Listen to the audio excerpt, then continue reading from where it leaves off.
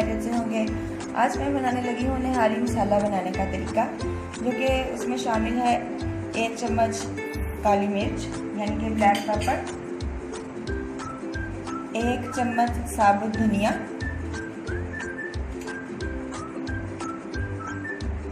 1 चम्मच सौंफ और ये है मेरे पास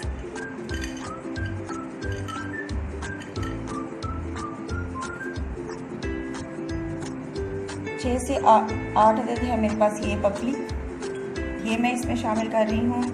और ये तेज़पात है, ये मैं इसमें शामिल कर रही हूँ 3 अदद। और ये 1 टुकड़ा है सौंठ का और 2 ये है जावित्री के पीस, 1 चौथाई है जायफल का टुकड़ा,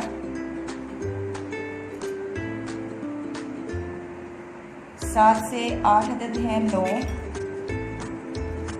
1 अदद बड़ी इलायची, 4 छोटी इलायची और 1 दालचीनी का 1 इंच का टुकड़ा, 1 बादियान का फूल। अब ये सारे ड्राई मसालों को हम ग्राइंड कर लेंगे। जो साबुत मसाले थे, जो मैंने आपको सारे इंग्रेडिएंट्स बताए हैं, उन सबको अब मैं ग्राइंड कर लूँगी।